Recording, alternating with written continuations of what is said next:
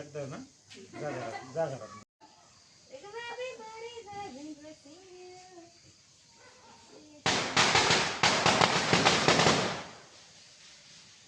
पण कर ना ती टाकी भर.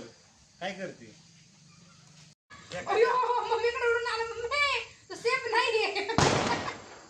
एवढा लांब तू येतो मी म्हणलं ना पटकीने वाचतं ते. खरं सांगू का सायन्स लय बरं आहे 10 पटीने बरं आहे ते बघ येडी ते पळून पण देत नाही लगेच वाचतं.